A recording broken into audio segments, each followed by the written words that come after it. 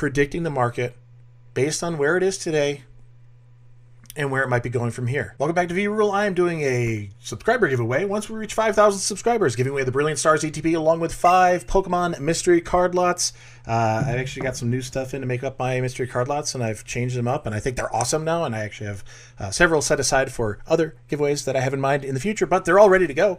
Everything's ready to go. You just got to be ready to go. So go over to this video here and enter. The way you enter is being a part of the channel.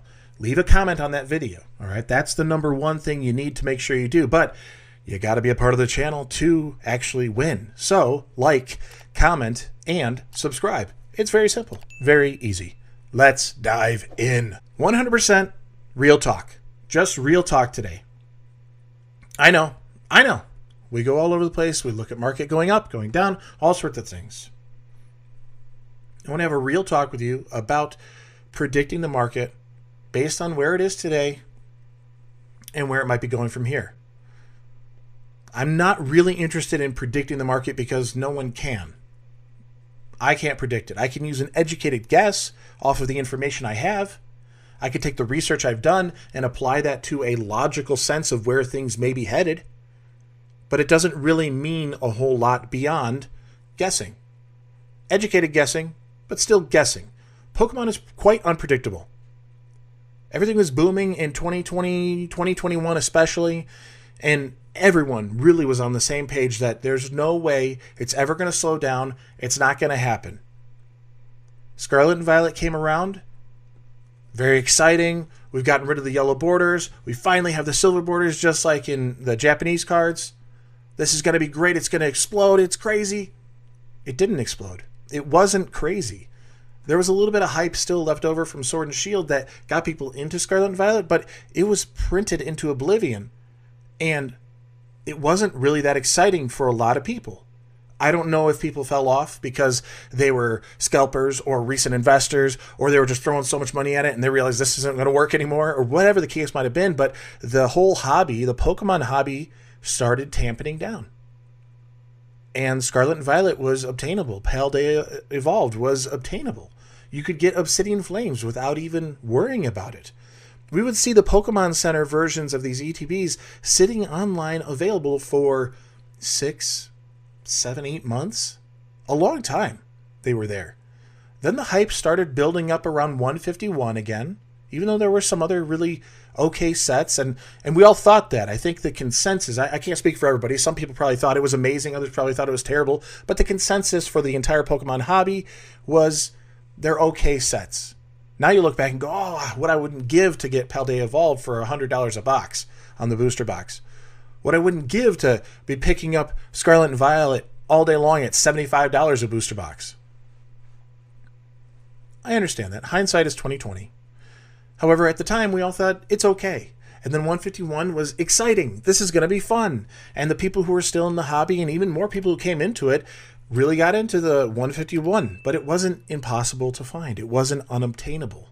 Will we get there with Prismatic? I don't know. I don't know if Pokemon's going to be able to produce enough to make up for Prismatic evolutions and be able to meet demand on Journey Together, as well as keep ahead of things for Destined Rivals, and so on and so forth. We are in a solid boom. A crazy boom, higher than it was back then in 2020, 2021. And now look at 151. This is just one example. I really just want to pull out an example of showing steady growth, that things have been going up over time. 6 months, let's take a year. It's been really aggressively growing. The UPC in the past year went from $110, which was 10 below MSRP, to now $330. That's crazy. Are we seeing some things coming down in price? Yes, we are. Even 151. I mean, what are the odds, right? I was really just looking for anything going up and anything coming down, and these both hit the mark very quickly, just as an example, and it just so happens that 151 is coming down. So it's really interesting because it isn't quite only set specific, if you think about it that way. All right, if we look at the last 3 months, because that's all we really have as data, we peaked early on at almost $140. All right, it came down to what was, I guess, a little bit more feasible at 112. Even still, these are MSRP at 60, so to be paying another $52 more seems really harsh. And it grew and grew and grew and peaked out now to 142. And now there's a quick recovery back down because of a nice influx we'd seen between the actual official release of it and a lot of restocks that have taken place at Costco specifically to have a lot more hit the market. Because if you want to find these, they are available all over the place. Facebook Marketplace, you look on eBay, here on TCG Player. Current quantity, 250. I mean, there's a lot out there that can be purchased. And this is just one spot. eBay is probably almost 10x that. I don't know. This is just one spot. And we're seeing it at 120. Yes, that's double MSRP. That is. But they're not going to make any more. I don't think we're going to see a whole lot more. Maybe there'll be a few restocks here and there. I'm not counting on it. And that means this will eventually go up in price for the rarity of it, and that's how most products go over enough time. But we didn't see this kind of growth. We didn't see this, something gets released and it's crazy price right away. We didn't see that for the first half of Scarlet and Violet, the entire era. And then coming crashing down only to still be double MSRP? I mean, that's not much of a crash now, is it? We've seen market manipulation is a question. I don't think it was market manipulation on the Drowsy from Scarlet and Violet base. Pokemon did a job with this set, but even Pokemon like Drowsy, who wasn't super exciting of a Pokemon or even that popular of a fan favorite Pokemon, Drowsy got a lot of love. I think it was truly based on the artwork and the fact that Tamikazu Komiya, I think it was solely for the artist and what he's capable of as an artist, and that's what shot it up. Some are saying it was market manipulation, but I don't think it was market manipulation. I think there was a little bit of a hype around the artworks, and a lot of his artworks took off. And this one was a very underrated one for a long while. If we go back 3 months ago, $13. Take it 6 months ago, $11. Bring it back to a year ago, $5. $5 card. Now, I was fine with it being a $5 card. I don't think it should be all these cards and being so expensive and crazy and ridiculous and really hurting us on the secondary market and making it so unattainable. I mean, what kind of joy is there in opening packs that are already worth more than what you paid for them if you got them at MSRP? It's kind of a hit. You're like, oh, if I just resell it, I actually do better. That's a guaranteed win right there. Rather than opening the packs and rolling dice, it's a complete gamble. You don't know what's in there.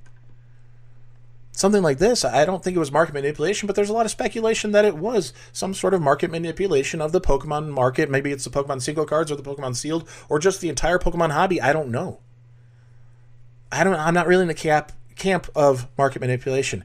I am in the camp of there's bots. I am in the camp of there's crazy amount of demand and crazy little supply, and because of that, you have the temptation from sellers to go, well, I gotta push it out at a high price here because that's what market is demanding. And until market says to Pokemon and to Pokemon Company and all the sellers of Pokemon cards, no, this is not what we're demanding. We're not willing to pay this over a crazy price anymore. Well, then the demand will start coming down. Not up to me, not up to you. The market will decide. And that's a lot more than a handful of people. That's going to be the masses of people deciding this. Either people getting burnt out on the hobby or, having enough sense to just resist. In my opinion, it's just a little bit of patience. Don't FOMO, Very simple. And Pokemon knows what they have going on. I just don't know how they're playing it. It doesn't make a lot of sense to me in the way they're going about it. One example here. Beyond that, real talk, blah, which means I'm thinking too much and talking too much and thinking out loud. But one aspect was the sellers are doing that, but then they're also getting gouged by distributors. Distributors are doing it. Well, we could sell for a little higher and make a bigger cut. Easier life right now. And then those marketplaces will have to buy it, and then they'll put it out to us at the end user here to actually purchase it, and it all does keep going. And the machine keeps growing. And we just go in this perpetual cycle, and it's rough. It's rough. It doesn't mean it's bad. It's made me kind of reality check. Patience. Patience is going to be key for me in my collection. I am getting less product than ever before. I am opening fewer packs than ever before. And I'm actually happier of my journey in the hobby than ever before. I really am. Because I find it so interesting. I enjoy the market watch. I enjoy communicating with you. and sharing the journey. And then the little wins that you do get are huge wins. They're massive. And that feels really good. And now I'm turning into, where can I go with it? Should I sell off a few things? Maybe. I don't know. I haven't sold anything. So I can't really say that I'm an investor because I've never tried to make a return yet.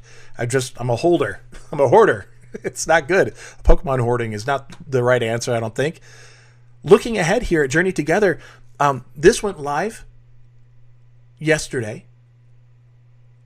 Me, just like a lot of other people, were ready for it. Came in, refresh. What's going on? Get your page up. Come on, refresh. Okay, within 4-5 seconds of being on the page, boom, add to cart. I added one thing to cart. I added this. It was there. Boom, in the cart. Got it. $273 for the whole lot. Booster box. Journey Together, a Elite Trainer box. Each of the Journey Together 3-pack blisters. One of each Journey Together blister pack with each artwork. The booster bundle. Everything in there for $273. It's a good deal. Today's day and age, that's a good deal. There, boom, checkout, PayPal, but already all logged in, already automated. PayPal done it before, easy go. Nothing. Sold out. Sold out. I was in there at the time, added to cart within seconds, hit checkout within seconds because I knew I was already logged in, so it had my credentials. I knew on PayPal I was already logged in, so it had my credentials. I made it as easy and as fast as possible. And I wasn't able to get it. You know what? That's okay. That part I'm okay with. Can't put it on them. 763 Collectibles. Can't put it on them to say, why didn't I get what? You know? Because that's the way it goes sometimes. That's why I didn't get one. Maybe there's bots. Maybe there's just that many people. Could be. That's really good for them. They are able to sell out right away. On a set that's not out yet. They're able to sell out right away. That's fantastic. And kudos to them. It's a hard business to run, I'm sure. But it was just a reality check that we are still in a serious boom. So what does that mean? Where are we going? I don't think we're going anywhere. I don't think it's getting better. There's a lot of speculation. There's even a lot of videos circulating. There's a lot of talk on X and Instagram and all sorts of things saying that things are starting to cool down. I don't believe that's true. I believe certain cards are cooling down. I believe certain products are cooling down. I don't think the hobby is cooling down at all. Some are saying this boom hasn't even started yet. It's going to get crazier. Yeah, YouTube blowing up. Pokemon's insane. You got to buy everything now. When you see it, you got to get it because it's going to be through the roof. Anything you touch will turn into gold. Calm down. It won't. Not everything is going to go that way. Yeah, eventually, because of scarcity, because of another wave 5-6 years from now, I don't know, another wave, another boom, another thing to resurge the hobby. Pokemon is cyclical. It goes up, it goes down. It will go down. That's the next step. I don't think it's going to boom higher. I think it's going to stay crazy, crazy, crazy, crazy, crazy, crazy, crazy. Pull your hair out, crazy. But then it'll go down. I don't think it's going to go up from here. I think we're peaked and we're going to stay at this plateau for a long time. And then it'll cool off a little bit. 3 months from now, I might have an incredibly different tune. Might have a whole nother song to sing. I don't know. It's interesting. And it's something to think about. Where is this going? So if you, as a collector, know where it's going, good for you. Share it down below. Comment down below. Let me know. I need to know. I need the answers too. I don't have all the answers. But if you're like me and you really don't know, pace yourself. Do not have a fear of missing out. Be okay when you miss out. Don't FOMO. Celebrate the wins. Pokemon's fun. It's supposed to be fun. Celebrate the wins. Maybe you'll celebrate the wins by being a part of the channel in the way of a like, comment, or subscribe. I mentioned the 5,000 subscriber giveaway early on in the video, so go check that out if you missed it. I post 7 days a week. And with that, I'll see you tomorrow. Peace.